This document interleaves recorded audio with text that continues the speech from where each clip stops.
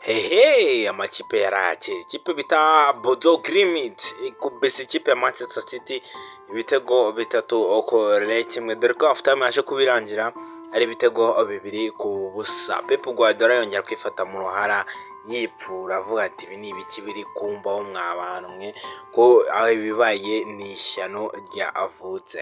Iyi kipe ya Manchester City rwose iri mu bibi nyuma yo gutsindwa n'ikipe ya Man U muri weekend ije muri Champions League ikubitwa n'ikipe ya Bodo Glimt hara muri Norway.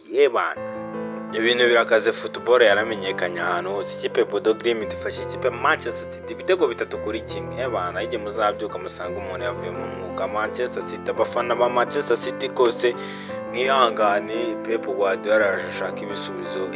Birakomeye cyane rwose. Ikipe Manchester City iri 3-1 muri Champions League.